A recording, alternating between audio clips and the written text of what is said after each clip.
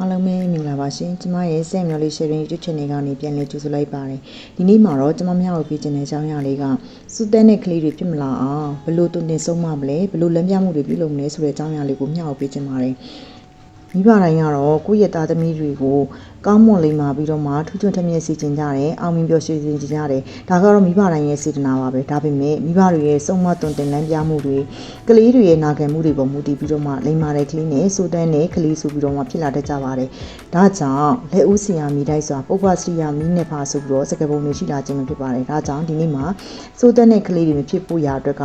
စုံမတုံတင်ရမှာအရေးကြီးတဲ့အကြောင်းအရာလေးတွေကိုမျှဝေပေးလိုက်ရခြင်းဖြစ်ပါတယ်ဒီလိုဆိုရင်စလိုက်ကြအောင်ပါဒီနေရာမှာကျမရဲ့ channel လေးကို like and subscribe မလုပ်ရသေးဘူးဆိုရင် like subscribe လုပ်ပေးကြဖို့လည်းကြံ့ညွတ်တက်တွန်းလိုက်ပါတယ်ရှင်။ဒီအကြောင်းအရာကတော့ကလေးတွေကိုငယ်စဉ်ကတည်းကတာဝန်ယူမှုတာဝန်ခံတတ်မှုရှိအောင်လေ့ကျင့်သင်ကြားပေးဖို့ရတဲ့လိုအပ်ပါတယ်။ကလေးရဲ့အသက်အရွယ်နဲ့ကိုက်ညီတဲ့တာဝန်ယူတတ်မှုလေးတွေကိုငယ်စဉ်ကတည်းကလေ့ကျင့်သင်ကြားပေးမှသာအသက်ကြီးလာတဲ့အခါမှာတာဝန်ယူမှုတာဝန်ခံတတ်မှုသဘောတရားတွေကိုသိရှိနားလည်မှာဖြစ်တယ်။ဥပမာအိယာထားရင်အိယာသိမ်းတာမျိုးတွေမိမိစားပြီးသားပကံကိုကိုယ့်ဘာကိုစီးခိုင်းတာမျိုးတွေမိမိကိုအဝေစားတွေကိုကိုယ်တိုင်လျှော်တာမျိုးတွေမိဘကိုကူညီတာမျိုးတွေဒါမျိုးလေးတွေကကလေးရဲ့ကိုတောင်းယူတတ်မှုစိတ်တက်လေးကိုလေ့ကျင့်သင်ကြားပေးခြင်းဖြစ်ပါတယ်။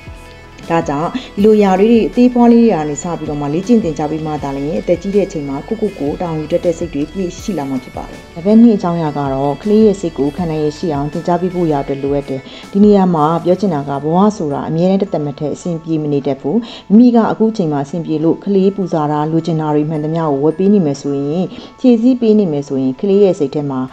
ငါလိုတာအမြင်ရတာပဲဆိုတဲ့အရာတွေခံစားသွားတတ်တယ်အဲ့ဒီခါမှာအသက်ကြီးလာလို့အဆင်မပြေမှုနဲ့ကြုံရတဲ့အခါမှာခံနိုင်ရည်တွေမရှိတော့ဘဲနဲ့အဆင်မပြေမှုတွေနဲ့ကြုံပြီးတော့မှကလေးကအဆိုးဘက်ကိုရောက်သွားတတ်တယ်ဒါကြောင့်ကလေးလိုတဲ့ပူဇာတယ်ဆိုလို့ရှိရင်၃ခါပူဇာရင်တစ်ခါလောက်ပဲဝယ်ပြီးခြင်းအဖြစ်ကလေးရဲ့စိတ်ကိုခံနိုင်ရရှိတဲ့ဘက်ကိုရောက်အောင်လေ့ကျင့်ပေးရလဲရောက်တယ်ဒါကြောင့်မို့လို့ကလေးကိုငယ်စဉ်ကတည်းကခံနိုင်ရရှိအောင်သင်ကြားပေးဖို့ရအတွက်ကလည်းမိဘတွေပေါ်မှာအများကြီးမှုတည်ပါတယ်နံပါတ်3ကြောင်းရာကတော့အမှားလုပ်ရင်ထိရောက်စွာအပြစ်ပေးပြီးတော့မှအမှန်ကိုသိရှိအောင်စုံမသွန်သင်ဖို့ရအတွက်လိုအပ်တယ်ဥပမာကလေးချင်းချင်းကစားရင်မိမိကလေးကအနိုင်ကျင့်တာမျိုးလုပ်ခဲ့ရင်မိမိကလေးမှားတာကိုလည်းမိမိကိုယ်တိုင်ကလက်ခံပြီးတော့မှကလေးကိုလည်းကိုယ့်အမှားအတွက်ဝန်ခံသိရှိပြီးတော့မှကို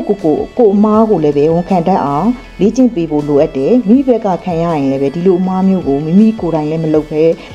သူများကိုလည်းပဲမလုပ်ရဘူးဆိုတာကိုလမ်းညွှန်ပေးဖို့ရလိုအပ်တယ်ဒီလိုမှသာနောက်တစ်ချိန်မှာလူပေါ်လူကျော်သူများပေါ်ကိုစိုးသွမ်းတဲ့ကလေးတွေမဖြစ်လာအောင်ထိန်းချောင်းပေးရရောက်မယ်ပေါ့နော်နံပါတ်4ကျောင်းရာကတော့မိဘကိုယ်တိုင်ကသားသမီးတွေအတွက်စံပြဖြစ်နေဖို့ရအတွက်လိုအပ်တယ်မိဘတွေကတော့သားသမီးတွေရှိမှရန်ဖြစ်တာတွေမဟုတ်တာတွေလုပ်ပြနေမယ်လူလယ်တွေကြနေမယ်ဆိုရင်သားသမီးတွေကလည်းပဲမိဘတွေလိုပဲဖြစ်လာမှာဖြစ်တယ်ဒါကြောင့်မလို့မိဘကိုယ်တိုင်ကကိုယ့်သားသမီးတွေရှိမှစံပြဖြစ်နေမှသာသားသမီးတွေကသားကောင်းရတနာတွေဖြစ်လာမှာဖြစ်တယ်ဒါကြောင့်ကျမတို့နိုင်ငံမှာအခုလက်တလောဖြစ်နေတဲ့စက်ကြော်တက်တွေကြောင့်အုပ်စုဖွဲ့အနိုင်ကျင့်မှုတွေကိုမြင်နေရတဲ့အတွက်ကြောင့်မလို့ကျမကဒီနေ့ဗီဒီယိုလေးကိုမျှဝေလိုက်ရခြင်းဖြစ်ပါတယ်။ဒါတွေကမိဘတွေရဲ့ဆုံးမသွန်သင်မှုကလေးတွေရဲ့နာခံမှုတွေအပြင် social media တွေမှာအတူယူတင်တာတွေကိုအတူယူပြီးတော့မှတလဲစပင်ကောင်းနေခြင်းကြောင့်လည်းကျမကတော့ယူဆမိပါတယ်။ဒါကြောင့်မိဘတိုင်းကကိုယ့်သားသမီးတွေကိုတားကောင်းရတနာတွေလိမ်မာတဲ့ကလေးတွေထူးချွန်တက်မြတ်တဲ့ကလေးတွေဖြစ်ဖို့ရာအတွက်ကကိုယ်တိုင်ကလည်းပဲဆုံးမသွန်သင်ဖို့ရာမှာလမ်းမလွဲဖို့လိုအပ်တယ်။ကိုယ်တိုင်ကချစ်ရမရပဲ200ရောက်နေတဲ့အနေအထားမျိုးမဖြစ်အောင်လို့မို့လို့ကျမအနေနဲ့မျှဝေပေးလိုက်ရခြင်းဖြစ်ပါတယ်။ဒါကြောင့်ကျမရဲ့ channel လေးကိုနောက်ထပ်ဗီဒီယိုလေးတွေကိုဆက်လက်အားပေးဖို့ရအတွက်ကကျမရဲ့ channel လေးကို like and subscribe လုပ်ပေးကြဖို့လည်းကြံ့ပြုတက်တွန်းလိုက်ပါတယ်ရှင်။အားလုံးကိုကျေးဇူးတင်ပါတယ်။